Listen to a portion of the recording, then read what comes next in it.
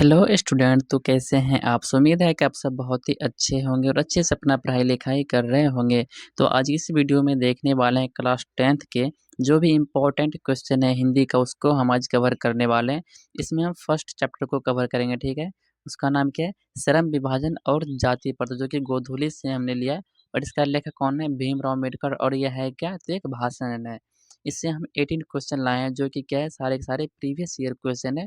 और हम इतना अति कर सकते हैं कि यदि आप क्वेश्चन बैंक यदि आप पढ़ोगे तो इससे बाहर नहीं जाएगा 18 क्वेश्चन से, ठीक है?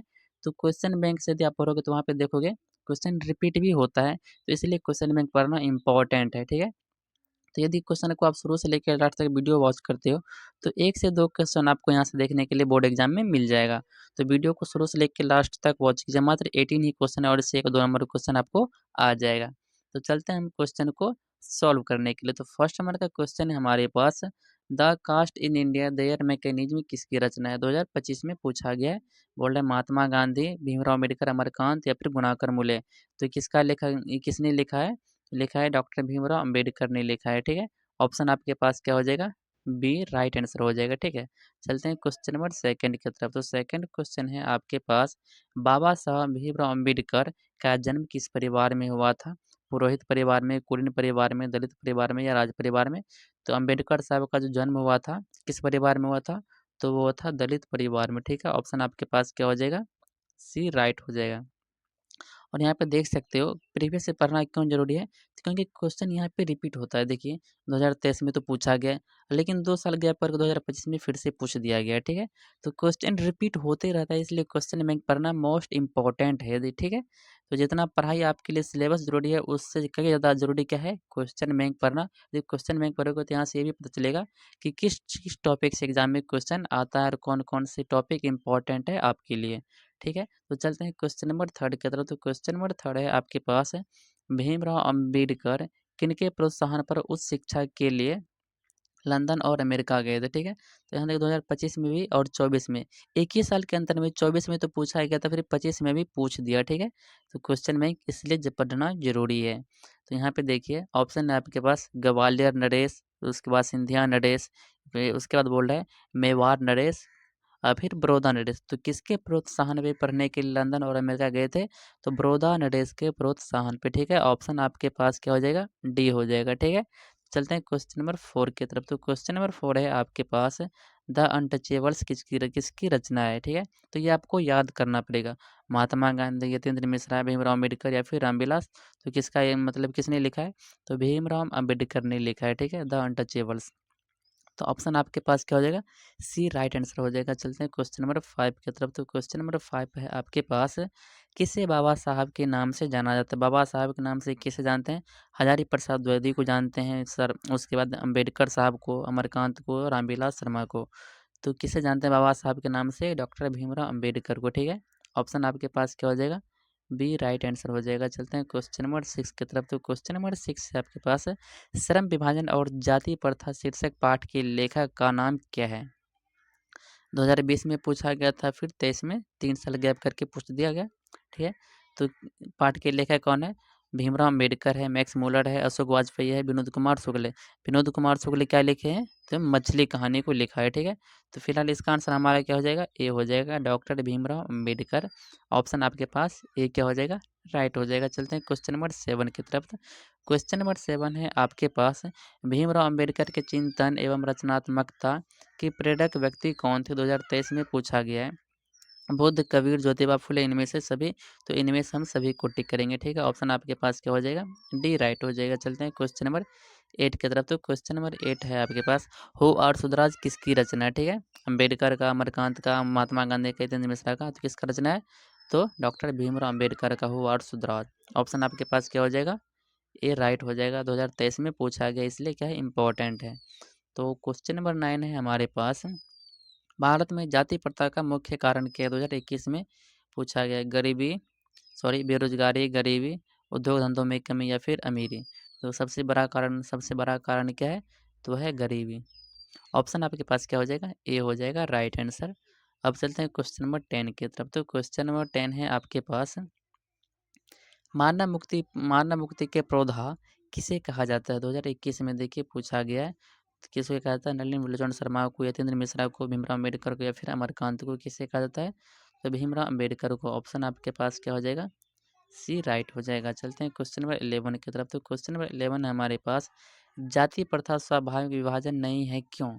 2021 में पूछा गया, क्यों नहीं है? तो रुचि पर आधारित नहीं होने के कारण, ठीक है। ऑप्शन क्या हो जाएगा आपके पास? डी। इसका देखिए मतलब ये है कि जैसे मान लीजिए कि कोई नाई परिवार से है, तो पहले के ज़माने में क्या होता था, पहले के समय में यदि कोई नाई परिवार से तो उसका एक ही काम है कि बाल काटना। लेकिन अब उतना देखने के लिए नहीं मिलता है। जो नाई परिवार से होते हैं वो बाल का नहीं काटते हैं, उसके अलावा भी कुछ काम करते हैं। लेकिन पहले के समय में ऐसा होता था कि जो नाई परिवार से उसको सिर्फ बाल ही काटना है। मतलब हर जो परिवार था ना उसका हर एक काम अलग-अलग बाँट दिया गया था, ठीक है। लेकिन अब ऐसा देखने के लिए नहीं मिलता है क्योंकि अब लोग जागरूक हो गए हैं। तो पहले समय में लिखा गया था तो इसके अनुसार यदि हम आंसर टिक करेंगे तो ऑप्शन डी होगा हमारा राइट ही है और 2021 में पूछा गया है, इसलिए ध्यान में रखना है। चलते हैं क्वेश्चन नंबर 12 की तरफ। तो क्वेश्चन नंबर 12 है आपके पास, बाबा साहब अम्बेडकर का जन्म किस राज्य में हुआ था? किस राज्य में हुआ था? तो महू मध्य प्रदेश में। क्या है? महू। महू क्या था? जगह का नाम था। राज्य कौन था? तो मध्य प्रदेश था, ठीक है। तो ऑप्शन आपका क्या हो जाएगा? ए हो जाएगा। और कब हुआ था? तो हुआ था 14 अप्रैल, ठीक है। 14 अप्रैल 1891 ईस्वी में। इसको भी आपको याद रखना है और ये भी पूछा गया ईयर भी। तो अब हम चलते हैं क्वेश्चन नंबर 13 की तरफ। तो क्वेश्चन नंबर 13 देखिए वही क्वेश्चन है, बाबा साहब अम्बेडकर का जन्म कब हुआ था? तो 14 अप्रैल 1891 ईस्वी में हुआ था, ठीक है। ऑप्शन आपके पास क्या हो जाएगा? ए राइट हो जाएगा, अभी अपने ऊपर आपको बताए थे। तो अब क्वेश्चन नंबर 14 है आपके पास, आदर्श समाज स्वतंत्रता, समानता, भ्रातृत्व पर आधारित होगा, ऐसा किसने कहा था? 2020 में पूछा गया। मैक्स मुलर ने, भीमराव अम्बेडकर ने, बिरजू महाराज ने, फिर अज्ञानी किसने कहा था? तो डॉक्टर भीमराव अम्बेडकर ने कहा था। ऑप्शन आपके पास क्या हो जाएगा? बी राइट हो जाएगा। चलते हैं क्वेश्चन नंबर 15 की तरफ। तो क्वेश्चन नंबर 15 है आपके पास, भारत में बेरोजगारी का एक प्रमुख व प्रत्यक्ष कारण क्या है? 2018 में और 19 में पूछा गया है, ठीक है। एक साल के अंतर में पूछा गया है। तो क्या है? सती प्रथा, दहेज प्रथा, जाति प्रथा, बाल विवाह प्रथा। तो आंसर हमारा क्या हो जाएगा? जाति प्रथा, ठीक है। ऑप्शन आपके पास क्या हो जाएगा? सी राइट हो जाएगा। चलते हैं क्वेश्चन नंबर 16 की तरफ। तो क्वेश्चन नंबर 16 है आपके पास, आधुनिक सभ्य समाज श्रम विभाजन को आवश्यक क्यों मानते हैं? तो वो कार्य कुशलता के लिए आवश्यक मानते हैं, ठीक है। तो ऑप्शन आपके पास क्या हो जाएगा? ए क्या हो जाएगा? राइट आंसर हो जाएगा। अब हम चलते हैं क्वेश्चन नंबर 17 की तरफ। तो क्वेश्चन नंबर 17 है हमारे पास, श्रम विभाजन और जाति प्रथा पाठ बाबा साहब के किस भाषण से संपादित अंश है? तो किस भाषण से लिया गया है? तो एनिहिलेशन ऑफ कास्ट, ठीक है। इसी से इनको लिया गया, श्रम विभाजन और जाति प्रथा इनका एक छोटा सा अंश है, श्रम विभाजन और जाति प्रथा, ठीक है। तो आंसर आपके पास क्या हो जाएगा? सी राइट हो जाएगा। अब अगला क्वेश्चन आपके पास देख सकते हैं यहाँ पे बोल रहा है, भारतीय संविधान का निर्माता किसे कहा जाता है? भारतीय संविधान जो है उसका निर्माण किसने किया था? जो निर्माण करता है उसी को निर्माता के रूप में भी स्वीकार किया जाता है। तो कौन किया था? तो डॉक्टर भीमराव अम्बेडकर ने किया था, ठीक है। तो आंसर आपके पास इसका क्या हो जाएगा? सी आंसर राइट हो जाएगा।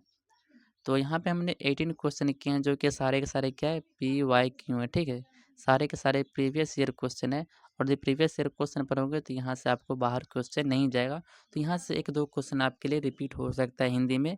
देखिए, जितना हर सब्जेक्ट जितना मायने रखता है फिजिक्स, जितना जैसे फिजिक्स पढ़ते हो, केमिस्ट्री पढ़ते हो, बायोलॉजी पढ़ते हो, Hindi, English, science, social science, तो वैसे हिंदी भी इम्पोर्टेंट है। हिंदी में 2 सेशन है, ठीक है।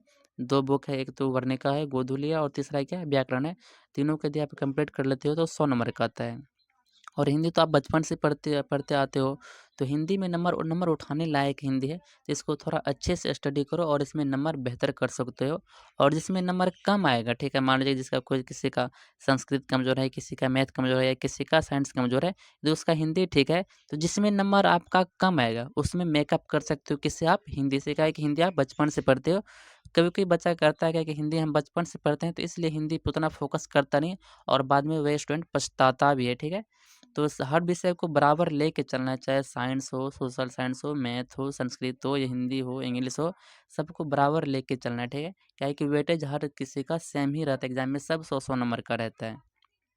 तो यहाँ पे जैसे कि हमने साइंस का भी करवाया है, सोशल साइंस का भी, हिंदी का भी, तो संस्कृत का भी हम करवाने वाले हैं। सब विषय करवाएँगे, हम सब विषय को लेते हुए चलेंगे। इसलिए चैनल को सब्सक्राइब कर दीजिएगा, ठीक है।